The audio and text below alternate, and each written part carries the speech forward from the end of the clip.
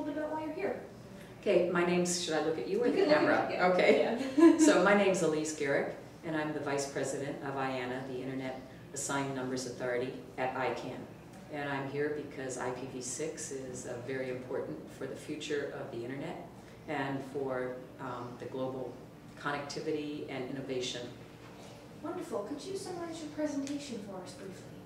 So my presentation was mostly to talk about the fact that we can either live in the past and try and find ways to extend IPv4, which would be a deterrent to commercial success for a lot of businesses, as well as for individual innovation and research in academia, and that we should be looking to the future for IPv6, which will enable us to have dreams and make things come true that we haven't even envisioned yet. Wonderful. And could you give us some advice for some future implementers of IPv6?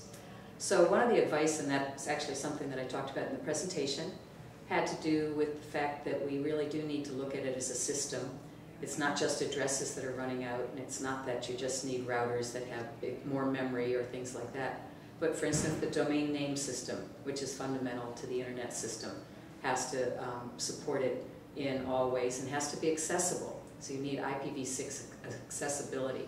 There are many transition and migration protocol plans, but I think you need to think maybe about interoperability. In the early days of IPv4, interop was just a very small forum where developers would come together and they would bring all the parts of the system together and they would test them. And there was none of the fear of being on the front page of some newspaper because your implementation failed. And I think IPv6 lacks that right now, the ability to have all the parts of the system come in and just play, like a sandbox. So if there was some sort of interoperability mindset where you could do it safely without endangering your company's reputation or your business, that would be a really good thing. Great. Thank you so much. Okay, thank you, and thanks for that interview.